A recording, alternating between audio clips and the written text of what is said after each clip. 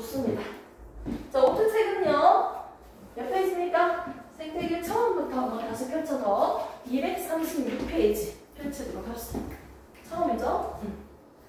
자, 플리템은 저번 거 먼저 잡으시면 되고요. 이제 저번에 뒷부분부터 좀 하고 잘 건데 복습 좀 하고 시작합시다.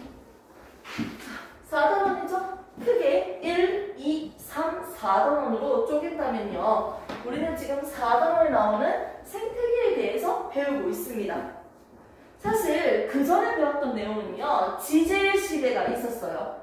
산화 환원 반응, 산과 염기 중화 반응 끝나고 나면 현재부터 몇 억 년 전까지 46억 년 전까지의 시대를 우리가 지질 시대라고 했고요. 이 지질 시대에서 성캄브리아 고, 중, 신으로 갈수록 기간이 짧아지고 있었죠. 각각 시대에 대해서 환경과 생물들이 어떻게 진화되어 왔는지까지 그리고 대멸종까지 우리가 체크했습니다. 그러고 난 뒤에 배우는 게 바로 뭐가 있었다? 대표적인 게 생물의 다양성이었어요. 생물의 다양성은 크게 세 가지로 우리가 봤습니다. 뭐가 있었습니까? 무슨 다양성? 그치, 유전적 다양성. 개체 내에서, 맞죠? 같은 종 내에서 유전적 다양성이 있죠. 유전자가 다양하다는 거예요.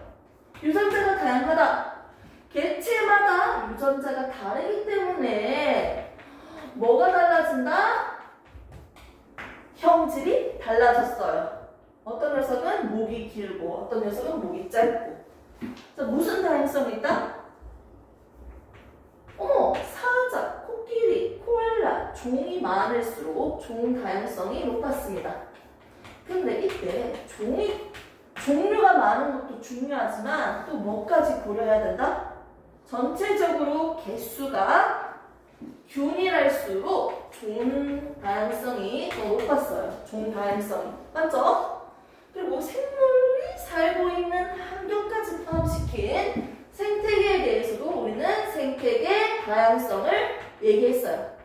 생태계 다양성, 늪, 열대우림, 농경지, 갯벌, 산악 이런 것들이 있는데 생물이 가장 많이 살 수 있는 생물의 종이 가장 다양한 곳은 어디였다? 열대우림이었죠. 맞죠? 물도 풍부하고 온도도 따뜻하고 열대우림에 생물의 종이 가장 많았고요. 생물의 다양성이 가장 낮은 지역은 어디였다? 농경지였어요. 농사한다고 생각해봐. 특정 종만 키우잖아요. 재배하잖아요. 두 번째로 다양한 곳이 어디였어? 산림이었어요. 산림. 첫 번째는 열대우림. 됐습니까? 이렇게 해서 생태계 다양성까지 이런 것들 우리가 봤었죠. 뭐 자연 선택도 봤고요. 다 했습니다. 그리고 이 다양한 거 정말 중요해요. 다양할수록 필요한 환경에 의해서 필요한 유전자들을 쓸 수 있잖아요. 다양할수록 뭐가 좋다? 환경의 변화에 적응하기 개이득이다. 그렇기 때문에 종족을 유지시키기 개이득이다. 오랜 시간 동안 적응해서 만들어진 것을, 변화된 것을 우리는 진화라고 했어요. 용불용설, 자연선택설, 돌연변이설 등등에 대해서 우리가 봤고요. 경미설 이런 것들도 있었죠. 이 진화까지 언급하면서 우리가 봤고요. 이제 나오는 거는요. 이 생태계였어요. 4단원. 1, 2, 3, 4단원으로 쪼갰을 때 이 4단원 가장 먼저 나오는 게 바로 이 생태계 파트입니다. 이 생태계를 다룰 때 맨 처음에 나오는 거 독립된 하나의 생명체. 이걸 우리가 뭐라고 했습니까? 개체라고 했어요. 개체들이 모여서 같은 종들이 모였어요. 이걸 뭐라고 합니까? 그렇지. 분홍집이라고 했죠? 맞습니까? 오케이? 맞죠? 개체군이죠? 선생님 헛소리 하는 거 잘 들어야 돼. 개체들이 모였다는 거죠. 그리고 개체군은 하나의 종만 얘기하고 있는 거야. 사슴만 있는 거예요. 사슴뿐만 아니라 여러 종들이 모였어. 이걸 뭐라고 했다? 이걸 군집이라고 했죠. 자, 여러 종들, 다양한 생명체들이 있을 뿐만 아니라 뭐까지 포함시킨다? 환경까지, 비생물적인 요인까지 포함시키면 우리는 뭐라고 한다? 생태계라고 했어요. 생태계의 종류는 되게 다양해요. 생태계마다 생물의 종이 달라지기 때문에 생태계가 다양할수록 생물 종이 다양해지죠. 그리고 생물의 다양할수록, 생물 종이 다양할수록 그 환경을 변화시키는 요인을 많이 제공하잖아. 그래서 생물이 또 다양할수록 생태계가 다양해져. 서로서로 영향을 주네. 그럼 우리가 이 생태계를 구성하고 있는 집합을 점점 크게 쪼개봤어요. 하나의 개체였고요. 같은 종들의 모임은 개체군이고요. 여러 생물종을 통틀어서 한 특정 지역에 여러 생물종이 모여 있습니다. 개체군, 군집이죠, 군집. 그 다음에 환경까지 포함시켜서 생태계라고 했어요. 이 생태계는요, 그러면 우리가 뭐라고 얘기할 수 있을까요? 두 가지 요인으로 나눌 수 있겠네요. 크게. 자, 첫 번째는요, 살아있는 생물적 요인이 있겠고요. 자, 두 번째는요, 비생물적 요인이 있겠네요. 맞죠? 이걸 다시 한번 볼까요? 살아있는 생명체. 생물적 요인을 본다면요, 뭐가 있습니까? 크게. 첫 번째, 생산자가 있었어요. 식물이라고 우리가 보통 얘기를 하잖아요. 식물, 플랑크톤, 작은 생명체. 이런 것들을 강합성하는 녀석들. 강합성을 해서 무기물을 뭐로 만든다? 유기물로 합성하는 대표적인 친구였어요. 유기물의 뜻은요, 탄소와 수소가 모두 존재하고 있는 물질이었어요. 대표적인 게 포도당 같은 거. 이런 것들도 유기물이라고 하죠. 오케이? 이렇게 유기물을 만드는 친구들을 생산자라고 합니다. 태양 에너지를 가지고 어떻게 유기물, 화학 에너지를 만들어냈네요. 생산자가 있으면 이런 풀떼기를 뜯어먹는 누가 있다? 소비자가 있겠네요.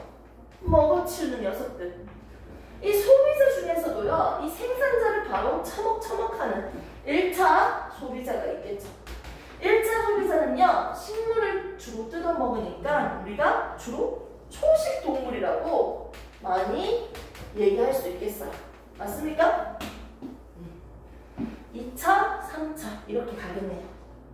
하나의 종은 항상 1차일까요? 2차라고 정해져 있을까요? 정해져 있지 않다고 했습니다. 사람이 풀을 뜯어먹으면 1차 소비자가 되고요. 맞죠? 사람이 고기를 먹으면, 돼지를 잡아먹으면 뭐예요? 뭐 소를 잡아먹으면 2차 소비자가 될 수도 있고요. 3차가 될 수도 있고, 맞죠? 먹는 음식의 생물에 따라서 소비자의 위치가 달라지네요. 자, 그 다음에 이런 생명체들이 똥을 쌌어. 생명체들의 배설물과 생명체들 사체를 분해시켜서 에너지를 생산하고 있는 인마는 누굽니까? 분해자가 있어요. 됐습니까? 이렇게 해서 가지고 있는 에너지를 다시 땅으로 돌려보내는 역할을 하네요. 생산자는요, 비닐너치를 통해서 유기물을 합성하는 친구였어요.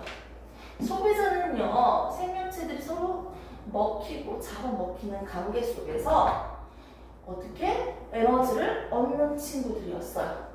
분해자들은요, 생명체들의 사체나 배설물로부터 분해시켜서 에너지를 공급받는 녀석이었어요.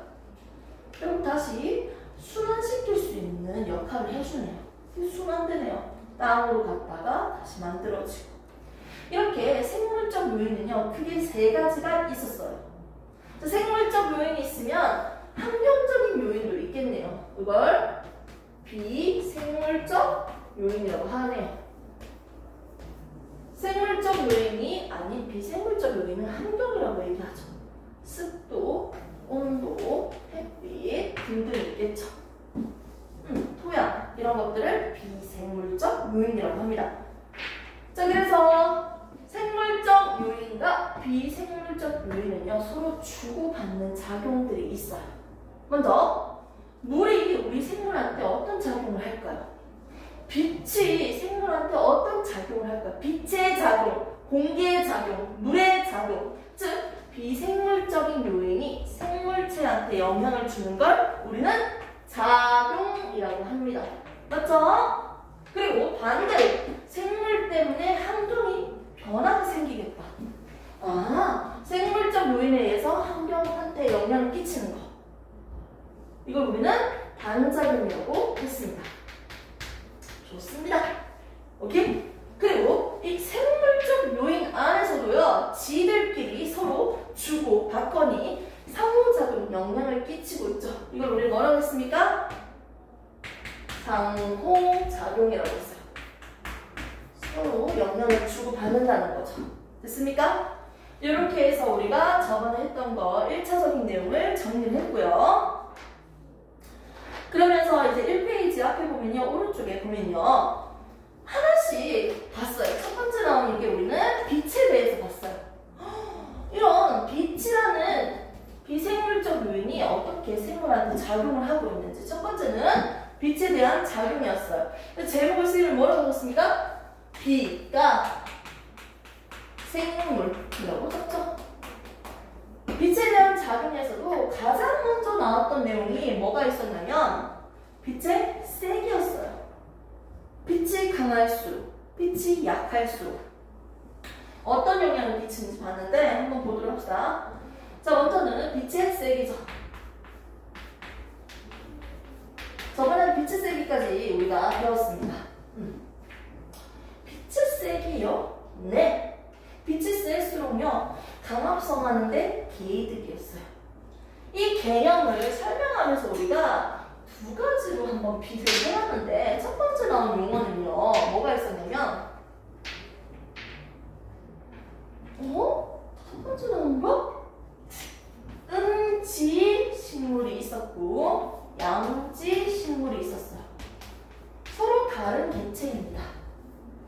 밝은 곳에서 햇빛이 많이 비추는 곳에서, 빛의 양이 많은 곳에서, 빛의 세기가 센 곳에서 자라는 식물을 양지 식물이라고 할 거야. 상대적으로 빛이 잘 들어오지 않은 약한 빛으로 살아가는 식물을 음지 식물이라고 합니다. 얘는 식물 자체는 유기물을 만들면서 자라는데, 살아가는데, 성장하는데 빛이 전혀 없다면 얘들은 살 수가 없겠네요. 빛이라는 에너지원을 얻어서 살아가니까. 그 음지식물은 머위 이런 것들이 있어요. 잎이 상대적으로 얇고 넓어요. 빛을 더 많이 얻기 위해서. 쌈싸먹으면 맛있는데 먹고 싶다. 자, 양지식물은요, 상대적으로 잎이 조금 좁겠지. 일반적으로 두껍고. 자, 그리고 이제는 또 다른 용어가 있었어요. 두 가지가. 뭐가 있었지? 양옆. 옆.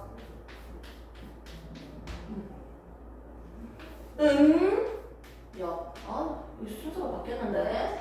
바뀌었어.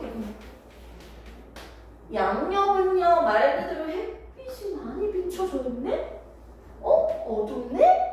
하나의 개체에서요, 햇빛을 많이 받는 부분에 이파리는요, 뭐다? 양옆이고. 햇빛이 상대적으로 적게 비치는 부분에 잎은요, 음엽이었어요. 하나의 개체에서 양옆과 음엽이 있었고요. 음지랑 양지식물은 서로 다른 개체입니다. 오케이? 얘들에 대해서 특징을 봤을 때 식물을 옆에서 단면을 딱 잘랐을 때 가장 위에 있는 건 왁스층. 반짝반짝 물과 잘 섞이지 않는 큐티클층이네요. 자, 그리고 잎의 윗면과 잎의 밑면이 있어요.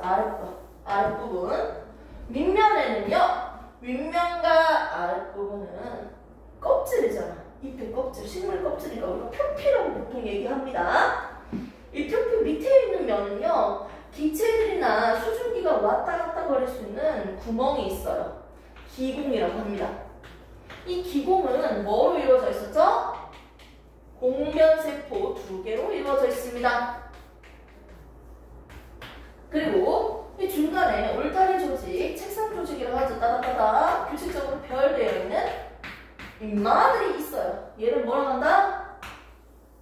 울타리 조직이라고 합니다. 글씨 너무 대충 울타리 조직.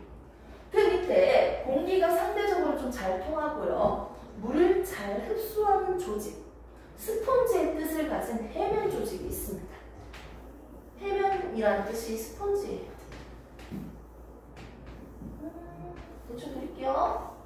이런 식으로 울타리 조직과 해면 조직이 있네요.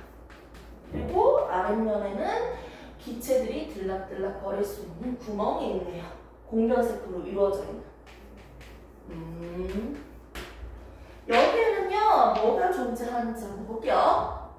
물론 중간에 더 있지 뭔가. 물과 영양소가 이동할 수 있는 간다발 조직계. 체관과 물관이 있어요, 중간에. 물관과 체관으로 구성되어 있는 간다발 조직이 있어요. 그런데 우선 이 울타리 조직과 해면 조직과 공변세포에는요, 뭐가 있다? 광합성을 할 수 있는 뭐가 있습니까? 역록체가 존재합니다. 맞지? 광합성을 더 활발하게 할 수 있잖아. 햇빛 많이 받으면. 그러면 어떻게 된다했어요? 울타리 조직이 두껍게 발달한다고 했죠. 그 원래는 두께가 이 정도라고 하면요, 더 두껍게 발달하지. 왜 이렇게 부서지냐? 울타리 조직, 책상 조직이 더 발달될 수밖에 없어요. 양력 식물은 당연히 햇빛을 많이 받으니까 광합성이 활발해서 울타리 조직이 두껍게 발달한다. 이렇게 우리 봤습니다. 그러면서 나왔던 새로운 개념들이 조금 몇 개가 더 있었어요. 빛의 세계에 대해서 언급하면서. 자, 먼저 양지식물은요, 소나무, 해바라기 적혀져 있고요. 음지식물은 고사리, 머위 이런 것들이 있는데 새로운 용어 보상점이 나왔어요. 보상점은요, 그 빛의 세기가 너무 세지도 않고 너무 약하지도 않고 딱 그 중간쯤이야. 보통 옛날부터 배웠을 때는 해가 질 때랑 해가 뜰 때라고 하거든. 이 지점은 얘가 식물이 두 가지를 할 건데, 첫 번째 식물이 하는 것들이, 식물은요 강합성을 합니다. 첫 번째, 빛을 통해서 합성한다고요.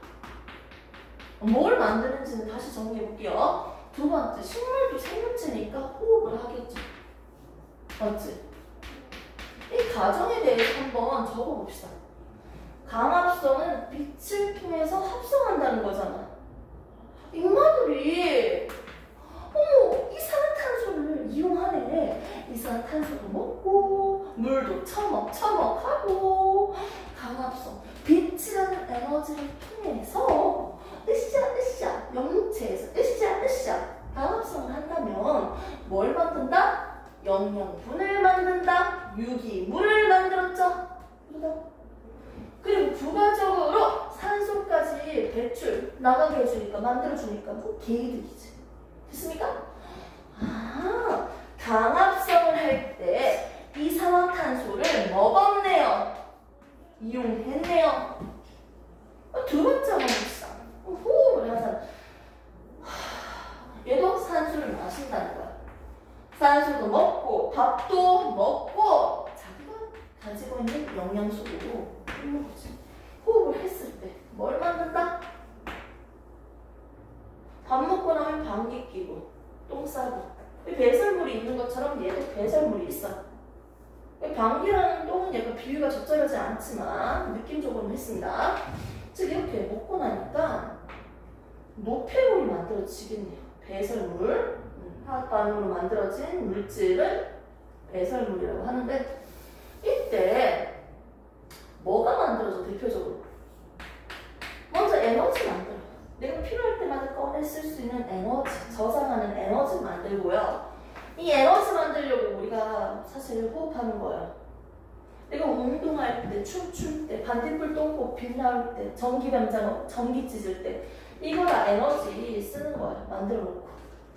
이런 에너지를 만들기 위해서 호흡을 하고요. 얘는 영양소 만들려고 강압성 하는 거잖아. 이 두 가지를 한다고 식물이. 그러면 얘는 에너지를 만드는 것도 만드는 건데 부가적으로 배설물 만들었을 거 아니지. CHO로 구성된 물질을 처먹었으니까 당연히 그걸로 배설물이 만들어지겠지. CO2랑 H2. 전체적인 화학 반응식을 보면 왼쪽 오른쪽 둘 다 H2 물이 있어야 돼. 수증기. 하지만 그냥 나는 그걸 단편적으로 적을게요. 아무튼 이렇게 강합성을 할 때 이산화탄소를 이용했어요. 흡수했어요. 사용했어요. 맞지? 이산화탄소 먹었다. 이산화탄소 먹고 했다. 호흡할 때는 이산화탄소가 먹은 게 아니라 뭐다? 생성하는 거예요. 됐습니까? 이렇게 빛이 있으면 강합성을 하는데 강합성을 하면 이산화탄소가 감소하잖아. 썼으니까. 그리고 얘는 또 계속 호흡하잖아. 강합성은 빛이 있을 때만 하니까 주로 언제 일어난다? 낮에 활발한 강합성. 근데 호흡은 항상 하니까 항상 하죠. 항상 숨쉬어야지. 맞지? 24시간. 맞습니까? 낮에는 햇빛이 쨍쨍하니까 상대적으로 강합성이 더 활발해서 산소량이 많은 거예요. 자, 적응할게요. 강합성을 할 때 이산화탄소를 먹어요. 호흡을 하면 이산화탄소를 내보내요. 그런데 빛의 세기가 너무 세지도 약하지도 않은 그 수준에서는요. 자기가 만들어낸 배설시킨 이 이산화탄소를요. 그대로 강합성할 때 쓸 거예요. 그러다 보니까 이 밖에서 봤을 때 외관상으로 이산화탄소가 왔다 갔다 거리는 게 없는 것처럼 보여. 만들어내는 이산화탄소를 바로 이용하니까. 그러니까 내보내는 양이랑 사용하는 양이 거의 비슷해서 외관상으로 봤을 때 이산화탄소가 출입이 없는 것처럼 보이는 시점이 있어요. 초저녁이나 또는 새벽이겠죠. 해가 좀 적당하게 질 것 같으면서 살짝 밝은 상태. 이걸 우리는 보상점이라고 했어요. 외관상으로 출입이 없는 것처럼 보이는 시점. 보상점입니다. 이렇게 해서 보상점에 대한 개념을 저번에 봤었고요. 보상점. 오케이? 그리고 강합성량, 강포화점까지 했습니다. 더 이상 강합성이 더 이상 더 빨라지고 더 많아지지 않는 그 점이 얘기했었죠? 그래서 강포화점까지 설명을 다 했고요. 이제 할 거는 빛의 파장이에요. 잠시 쉬는 타임 한 5분만 가졌다가 그리고 뒤에 거 진도를 나오도록 하겠습니다.